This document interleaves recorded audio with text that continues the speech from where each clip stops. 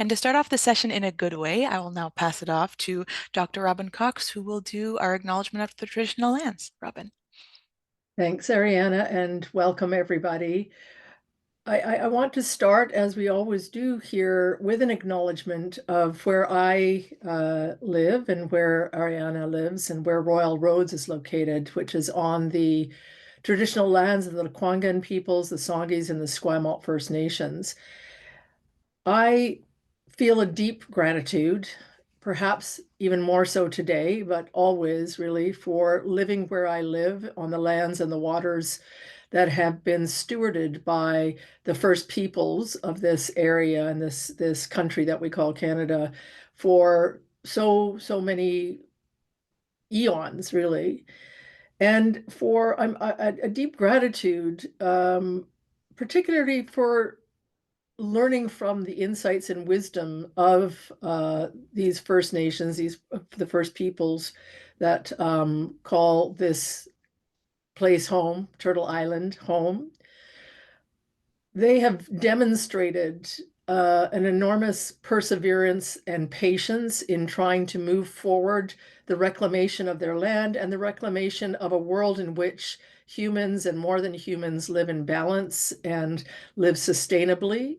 And on this day, looking to the south and the outcome of the election, that to me is I guess, a beacon of hope when I'm feeling particularly hopeless. That I really wish for myself and for all of us that we can somehow find within us the perseverance and I guess the patience and the determination to work towards the equity and justice and regenerative sustainability and a world in which we really want to live in as we face this encroachment of darkness in the world. And I think that makes this conversation about creating brave spaces and spaces to talk about these very challenging issues and times even that much more important. So I just want to acknowledge that and acknowledge the deep gratitude I feel for those people who have maintain this land and the waters in which I enjoy swimming and have the privilege of living. So thank you for that. Back to you, Ariana. Thank you so much, Robin. It was beautiful. And thank you folks for joining us. As Robin mentioned, of course, the reason that we're here is our webinar on building brave spaces for climate justice leadership. So I'm always delighted to be co-hosting with some fine folks here today. My name is Ariana Konjursky. I'm an education specialist. Of course, I'm joined by Dr. Robin Cox, who's a professor and a program head for climate action leadership at Royal Roads. Also pleased to be joined by some wonderful panelists. I will let them introduce themselves in just a moment, but grateful to be joined by Skylar Walks, Ruth D. Forrester, Mandy Singer-Prodowski, and Anais Gasser, who could not make it today due to illness, but thank you so much for all of your work on the session. And just a quick agenda before we get going here, folks. I'll tell us a little bit about Royal Roads University. I'll give us a little brief overview of that, and then we will get into the session material. At the end, give you a little bit of a program overview if you're thinking of joining the climate action leadership programs at Royal Roads, and then any questions, like I said, feel free to post them in the chat as we move along. And if you are new to Royal Roads, or if you're thinking of joining us in any of our programs, you may ask yourself why you'd consider Royal Roads. We have some pretty good statistics here. As an alumni of Royal Roads myself, can confirm that these are true. 93% of our alumni say that we've positively influenced their personal and professional lives. 92% say that they felt supported by staff and faculty. 90% say that we provided them with the tools and knowledge required for a leadership role in the workplace. And 89% say that we provided them with the tools and knowledge needed to be innovative in the workplace based on a recent alumni survey conducted here at Royal Roads. And a brief introduction of our space, if you have not been to campus, a few images here. So we have Hatley Castle, which is a movie set that has been in many movies like X-Men and Deadpool. We also have a variety of gardens and green space here on campus. So we have a Japanese garden that's just to the top right of your screen there, along with many other gardens and trail spaces. We also have our Esquimalt Lagoon, which is a migratory bird sanctuary that we have here on campus. It's one of my favorites personally. And then we've also been doing our online and blended learning programs for over 25 years now. So you'll see an homage to that at the bottom right corner. And we're also pleased to be an Ashoka U certified changemaker campus, which is an innovative approach to education that prepares students as they address world problems, encourage others, and act for the good of all. And at this point, folks, I will stop talking for now, and I will pass it off to Ruth, who's going to share the presentation slides on building brave spaces for climate justice leadership. Over to you. Thank you very much. It's a great pleasure to be here. Shall we do the firstly, the short introduction round? So just share my slides. Yeah, so I would like to invite briefly Mandy to introduce herself. Please, Mandy. Yeah, thank you, Ruth. I'm Mandy Zinger-Podolsky, working as a professor for education for sustainable development in Germany, in the southern part of Germany. And it's a pleasure to be here and to talk to you about brave spaces for climate justice leadership. And I hand over to Skylar. Hello, everyone. Welcome. I want to acknowledge the beautiful, beautiful beginning to sharing space today. I think we would have been remiss to not really ground us in the reality and pragmatic collective experience that we're having. So thank you for that. I would like to acknowledge that, Robin. Thank you. Thank you, Ariana, also for coordinating and facilitating this moment for us. And I'm very excited to be in wonderful company with my colleagues and my sisters in this work, Ruth and Mandy. My name is Dr. Skylar Walks. I'm very pleased to be here in this space, and I have the great pleasure of being the founder and principal of Roots and Wings LLC, as well as a visiting faculty member for Stillman College, which is an HBCU or historically Black college or university in the United States, specifically in Tuscaloosa, Alabama. So shout out to my students who are in this space today with us. Thank you very much, Skylar, for this wonderful introduction, and also to Mandy. So last but not least, I come. My name is Ruth Förster. I'm originally a mechanical engineer and was really long involved into life cycle assessment from the analytical part, and I moved now more into transformative learning processes where I work at university context and I look for how to change behavior, how to change circumstances so that they are more likely to become sustainable or even regenerative. And it's a great pleasure to be here with Mandy, Skylar, Robin, and all of you, and really look what we can do ourselves to make sure that we have brave enough spaces so that climate justice becomes reality. So saying this, I would like to hand over to Mandy to start. Yeah, thank you, Ruth. And thank you all for being here. And in what comes our presentation, we want to further develop some ideas that we've thought about for a paper for the International Conference on Transformative Learning in Siena in Italy this year in September. And we are trying to integrate various theoretical and disciplinary perspectives here, such as critical theory, constructivism in learning theory, sustainability, decoloniality, and restorative justice as a political necessity, especially in these times, as well as neurobiological perspectives on embodiment and pedagogy. So our positionality within our group of cisgender women encompasses diverse backgrounds and experiences. One member identifies as Black, while three others, Anne Seg as well, holds white privilege. And one lives in a settler colonial society, one in a former colonizing society, and two in a society that supported colonialism and profited from it.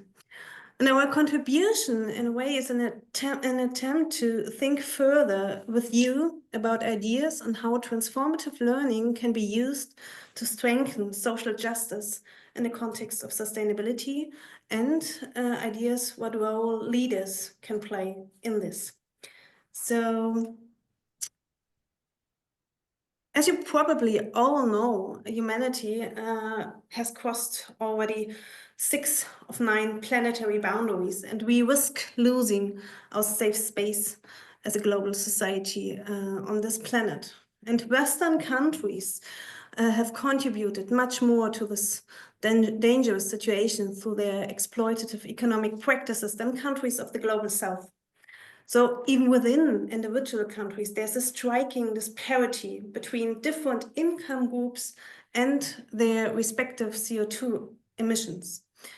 And in addition, people who are already marginalized at both the global and the regional level are particularly affected by the impacts of the climate crisis. They live in less well-insulated houses, work more often outdoors, and have fewer resources to adapt to accelerating climate change. So on a global level, it is the countries with the lowest GDP that are often particularly challenged to deal with the increasing consequences of the climate crisis.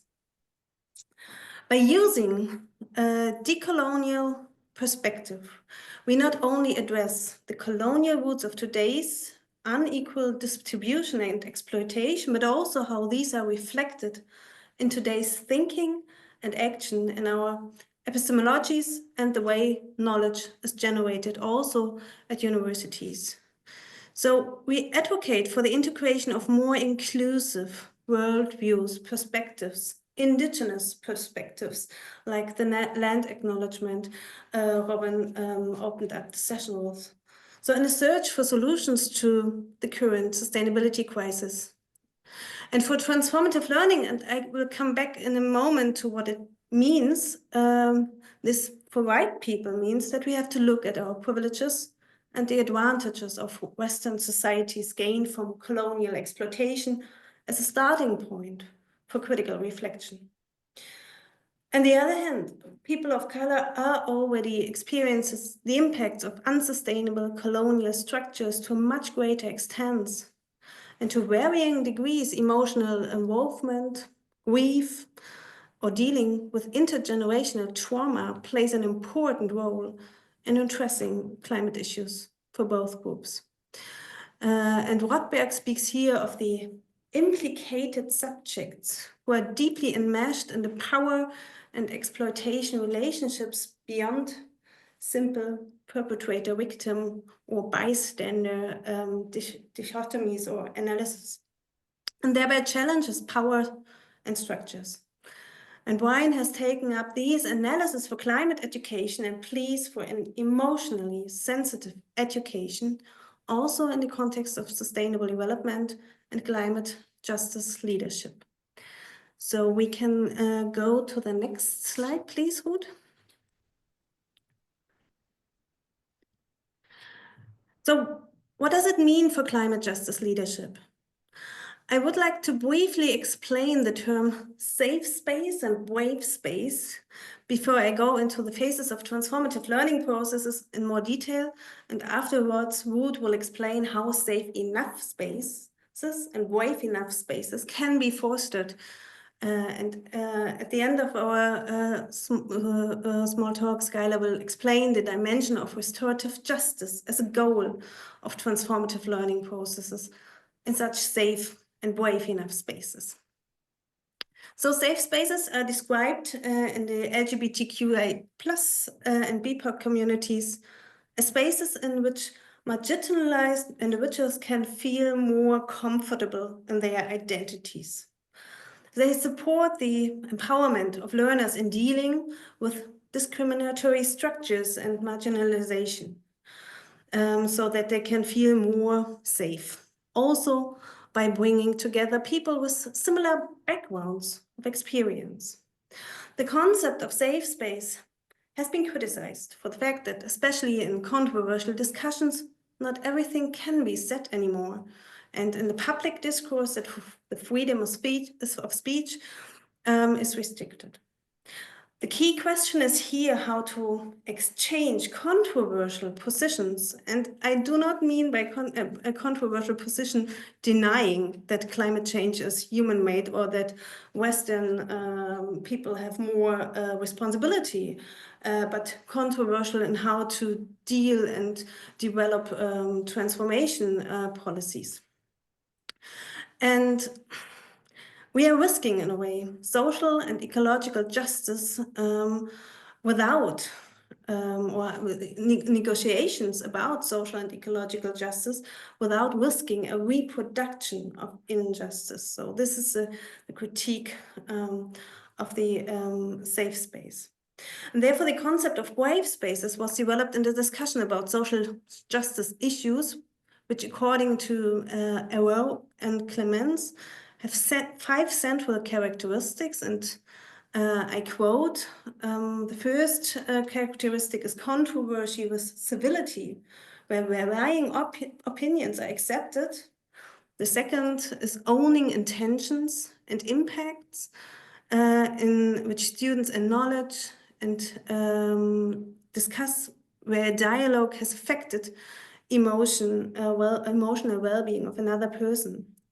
The third principle is challenge by choice, where students have an option to step in and also step out of challenging conversations. The next principle is respect, where students show respect for one another's basic personhood. And the last principle is no attacks, where students agree not to intentionally inflict harm on another. So the concept can provide a helpful starting point for bringing controversial perspectives together and for sensitively addressing the emotional challenges of such discussions, a central task for climate justice leaders.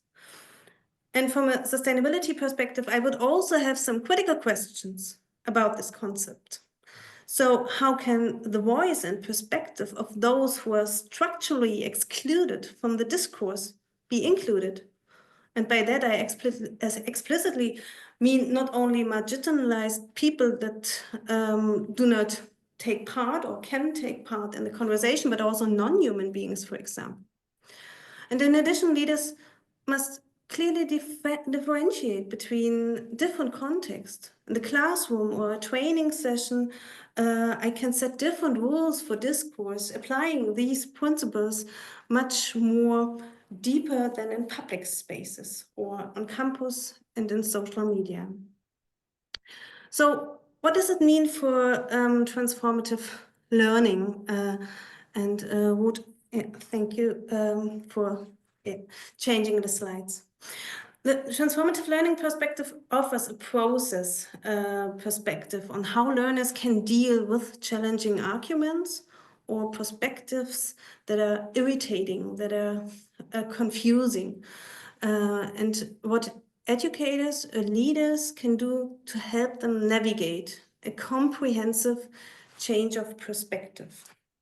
And I won't go into depth in the theory, but it basically throws a spotlight theory on the different phases that learners go through when they engage in a new experience, or how Jack Mesereau puts it in the original theory, an experience that triggers a disorienting dilemma. So in the context of sustainability, this could be my realization that I, as a white person, I'm part of the historically evolved structures of exploitation of people and the environment. And the graphic you can see on the slide summarizes these different phases. The new experience, which is often accompanied by very negative and challenging feelings, leads to a fundamental reflection on my worldview. And if I then have the opportunity to exchange views with others, like in this webinar, I can develop new actions and also new perspectives on meaning. So this is a really important perspective on how we can navigate this transformative learning journey. And we would argue that this can be also a process of decolonization.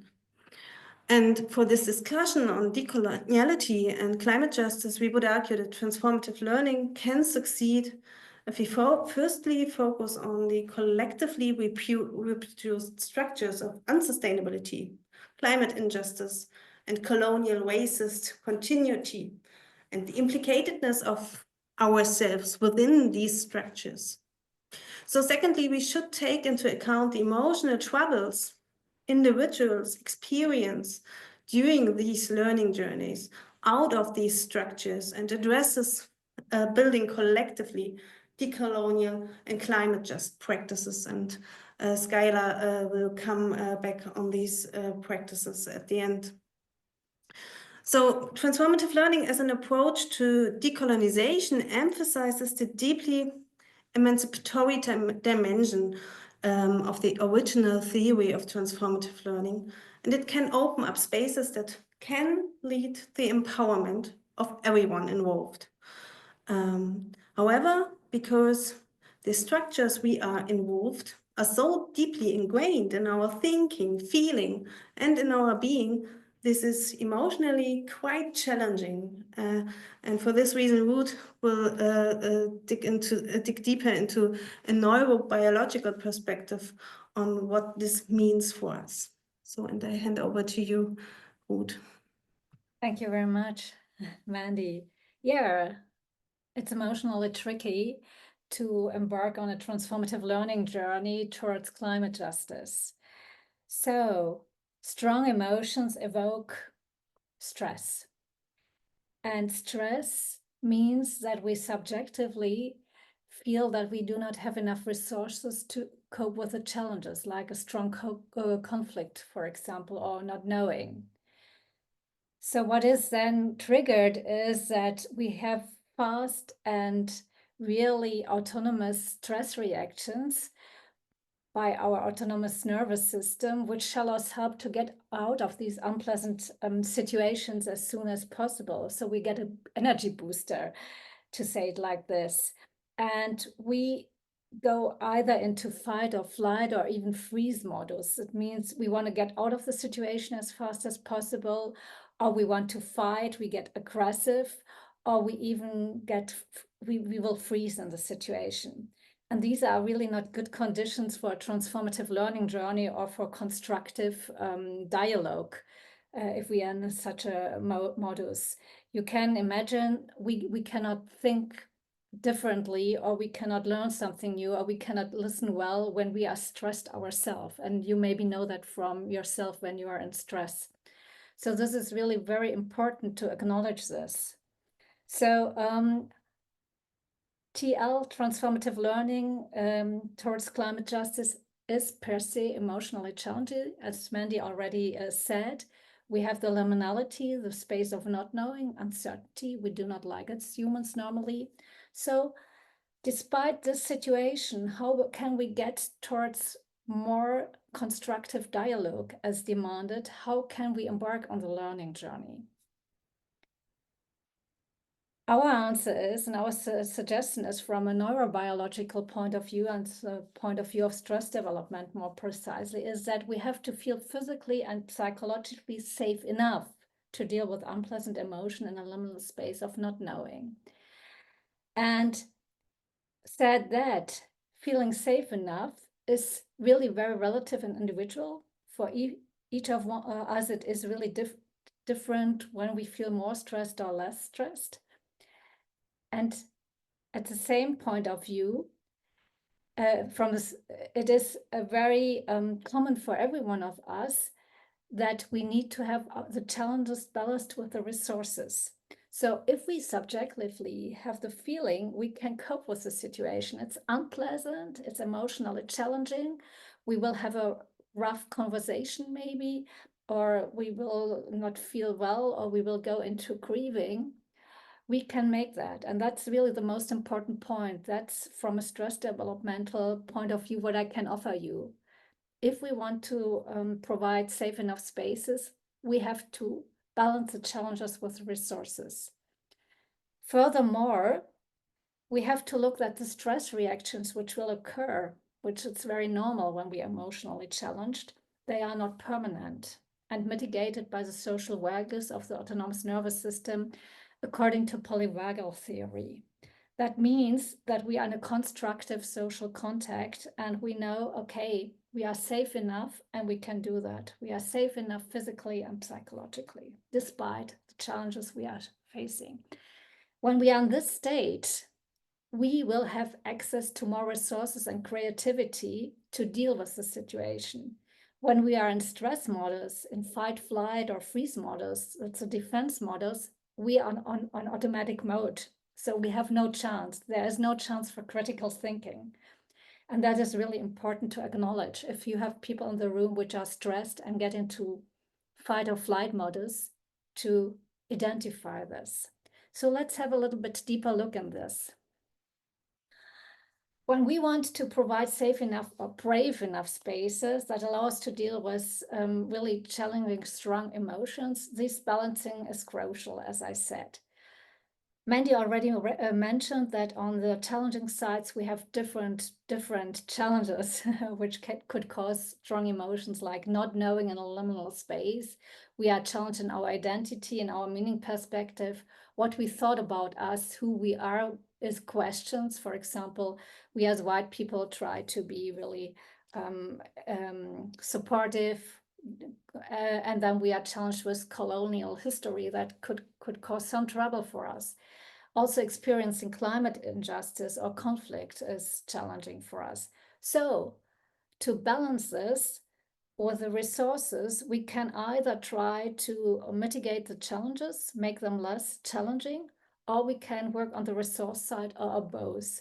And we always have a chance to work on structures, but also on behavior. That's what we can do, structures and behavior, circumstances and behavior. So let's have a look at the resource side, because this is really the important for us.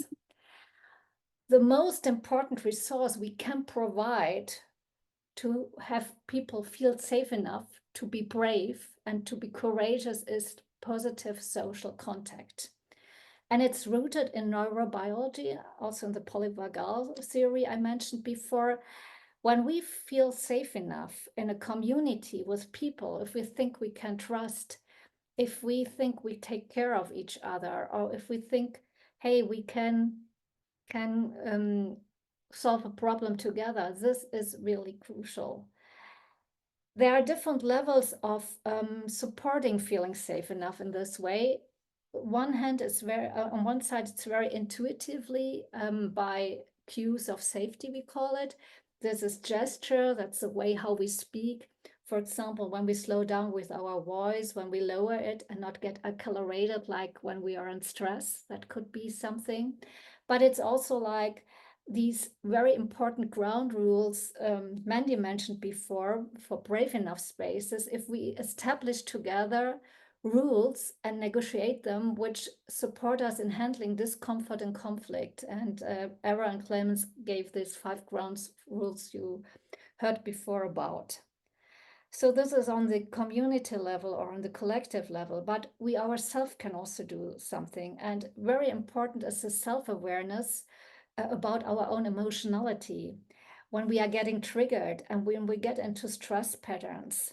So that we have a chance maybe to stop them or to name them, to acknowledge them, and to know they are here in the room and not to neglect them, because emotions are driving our actions. They evoke motion. And we can also work on stress regulation or co-regulation in a group. That means if somebody is really like in a stress modus, that we get a counterpart and helps the person to calm down, or that we really ask, what do you need now? Or that we take a break and do not accelerate the stress modus, autonomous stress modus. So these are all very crucial emotions we can provide in a educator or leadership position or facilitator position, wherever we are. And then we are striving for engaging in constructive social contact. we support that. So remember what I said before, we want really to get in this modus of feeling safe enough. And then we are able to engage in constructive social contact. We are also better able to go into critical reflection in healing or in creativity. That's all what we need to take courageous action and to change something, despite of reproducing traumatization, reacting with fight, flight, or freeze, this automatic defense and stress reactions. So if you want, as a leader or educator, contribute to safe and brave enough spaces, you have to take care of this balancing of challenges and resources in different ways. Personally, to be aware of your own stress patterns, stress reactivity, be able to regulate it, but also to provide for the group a space where stress reactivity can be mitigated. As I said before, establish ground rules, work on building up trust for environments, and also look for physical spaces which allow this kind of openness, vulnerability to be shown, emotions to be addressed. That is really very crucial. And if you have the chance also to change circumstances further or structures further, highly recommended to do that. So far, my input from the perspective of stress development and neurobiology basis of this. And I would like now to hand over to Skylar, because in terms of changing circumstances and resourcing, the restorative justice is very important with the practices and will inform how to build brave enough spaces. So please, Skylar. Thank you. Thank you all. Thank you, Skylar, Ruth, and Mandy, for that. I know I'm processing and thinking about what you've shared, as I'm sure that others in this session are. And I know we had looked at some questions before the presentation. So I'm going to look at some of those questions and then open up for questions from the audience for a discussion for the remainder of our time, or for most of the time. And I guess one of the first questions I have leads from what you just said, Skylar, in terms of that. I mean, that absolutely resonates. And this, I mean, so much of what all of you have said resonates, is this idea that we have to focus on collective good as opposed to individual, whether that's individual, corporate, or even national good. And that those of us who have perpetrated harm directly, indirectly, or through our ancestry historically, do not get to determine what restoration looks like. So I guess my question is, like, if we think about leadership, and I want to say that when I titled this webinar, for me, leadership is not about the leaders. It includes them, but I'm ever the less hopeful for the leaders, and more invested in us as leaders, each one of us in this room and elsewhere, and the work that we do. So to sort of think about what are the behaviors, what are the ways in which practically we create the spaces for these kinds of conversations and for actually doing the work of restoration and reparation.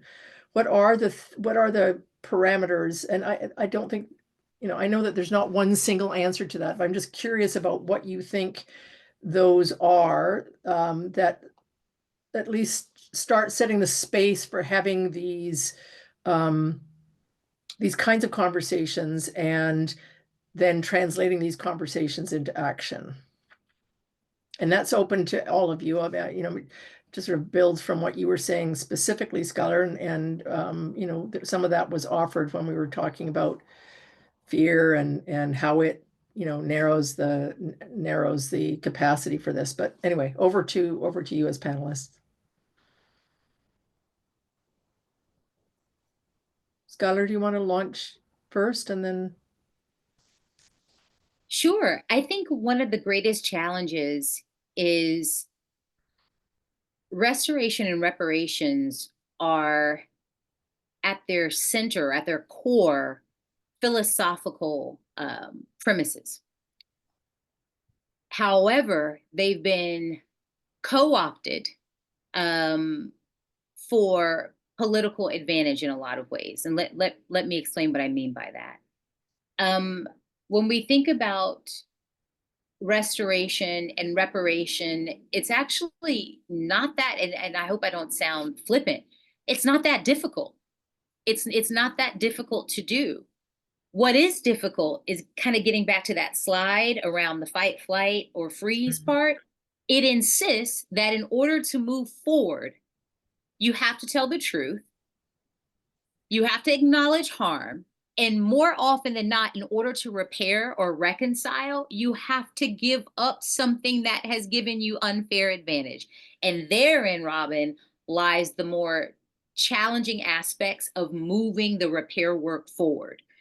Sadly, so many of us who have had the unfair and unearned privilege of being advantaged socioeconomically, in terms of resources, in terms of, quite frankly, extracting resources to the point of great harm to others, are concerned about the climate, want to do something. We want to we will stop using plastic bottles. We will recycle, we will compost.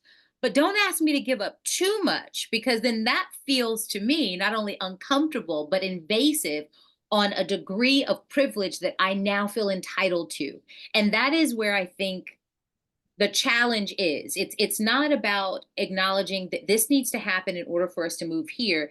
It's about acting upon what you may need to let go in order for that reconciliation and restoration to happen. And the privileged position is such that when you've experienced a taste of privilege, and all of us have, every single one of us on this webinar, in this webinar have, it can be very difficult to negotiate with oneself around letting it go, even if it means the result would be a much better impact for the collective.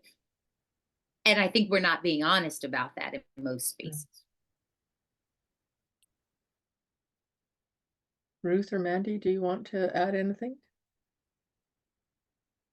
I would like really to echo this stress which we may experience from a stress developmental point of view when we are really asked to let go of our privileges, can be existential, because it's challenging our identity, who we are, who we think we are, our meaning perspectives. And that's what exactly is asked for a transformative learning journey also, yeah. We have to really let go, and it goes on the substance. It's the essence. So this is really, really not what we want to. And at the same time, to provide a place where we acknowledge that that is there, this uncomfortable, emotionally loaded situation, but we want to navigate through it. We are willing to face it.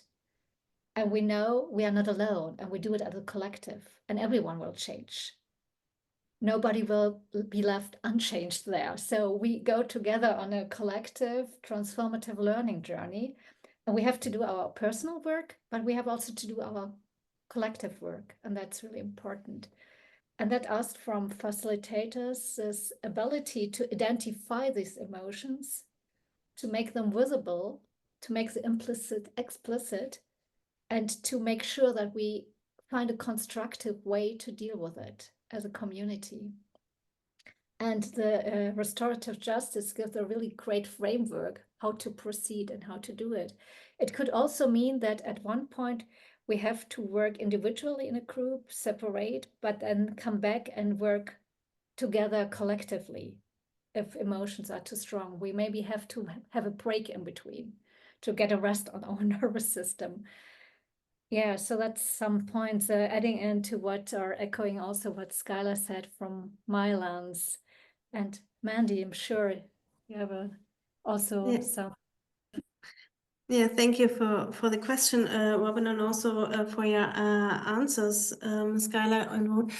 So coming to what leaders and educators can do, I would I would, from an educational perspective, I would argue that a lot of conversations are emotionally challenging around sustainability. And we know this from all this climate change education studies that say people are experiencing a lot of negative emotions in regard of extreme weather events, in regard of racism, in regard of a lot of challenging emotions that pushes us towards this disorienting dilemma within transformative learning theory, where nothing is secure anymore, where everything is open, and we do not have the right answers.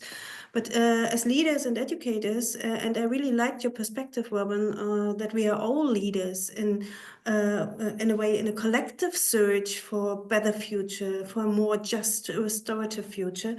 We could acknowledge that these emotional troubles people experience in everyday situations, and try to accompany these with certain questions, with certain recommendations on how to slow down, for example, the speed of the conversation, how to accompany struggling people that are really challenged emotionally.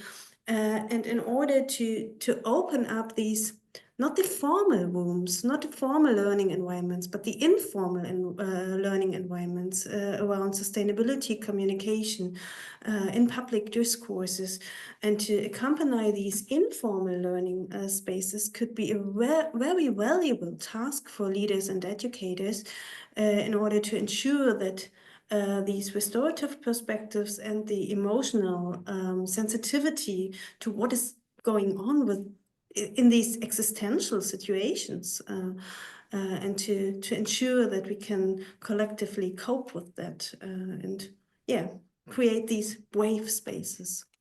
I mean, it's interesting to me. I do frame it as we're all learners and we're all leaders, and not in a facile way, because I truly believe that.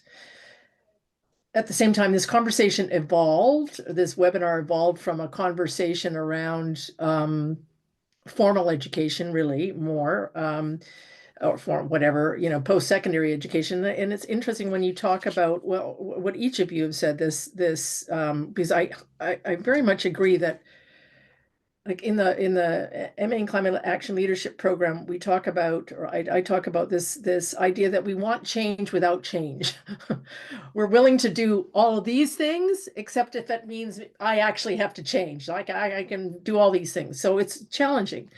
And it is and will require giving privilege up, and giving, and that absolutely touches on identity, Ruth. And so when I think about formal education, post-secondary education, and I think how is this going to be possible in a current structure of post-secondary education, where we are very so much of this relies on relationality and building trust and having these deep conversations. And yet we live in a structure, at least I will say in our context, even though we try and push against it, that really, silos conversations, we have courses, we have modules, we have learning outcomes, et cetera, et cetera, et cetera. And this work requires space and time, and a deep commitment and honesty, both by those of us who are educators and learners. So I'm just interested what your thoughts are about how we move this forward in the current educational systems in which we, many of us, not everyone in this call for sure, but are involved. Ruth. I do first. I thank you so much for sharing, Robin. Yeah, that's really challenging. And what I try in the leadership education I'm involved, I try to frame a lot of experiments. I work with experimenting. So really do small experiments in the class, in your surrounding, like an experiential learning, and try out things. So in the way, what if I would behave like this? How could it be? So then it's not so, how shall I say, overwhelming to change everything. And it gives you a possibility to play a bit. So this perception also to play, to try out. I try really to foster this. So that's one approach I have. And a part of it is that we, from the beginning, when I teach leadership, we have to start with conversations in the real working context. So people, for example, start listening and questioning training, and then they have to do it directly in their working environment. They have to frame small experiments. How can I do this? And they do it and come back and get debriefed, and they, get some feedback. So that's one answer. And I know I'm privileged to be able to work like this. I think that's a powerful and important message for all of us. And I think to take care of ourselves, it's trite, but I think of the sprint marathon metaphor, right? That this is a struggle that has been going on for, well, I was going to say decades. It's been going on for centuries and continues to go on.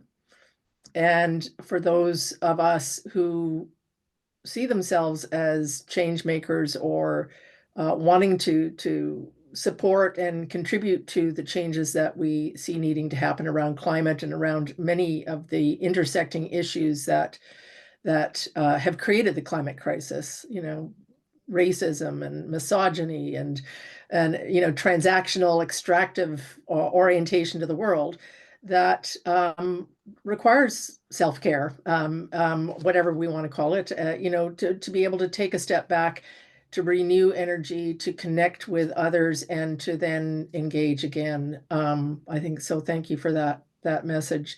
I think there's some other questions, but many of them centered around that, I think, question of confirmation bias, which I think in some ways you've answered again by talking about gathering community that is diverse, global, with people who can bring different perspectives and kind of go like, lovingly going to check you on that, and that's really important.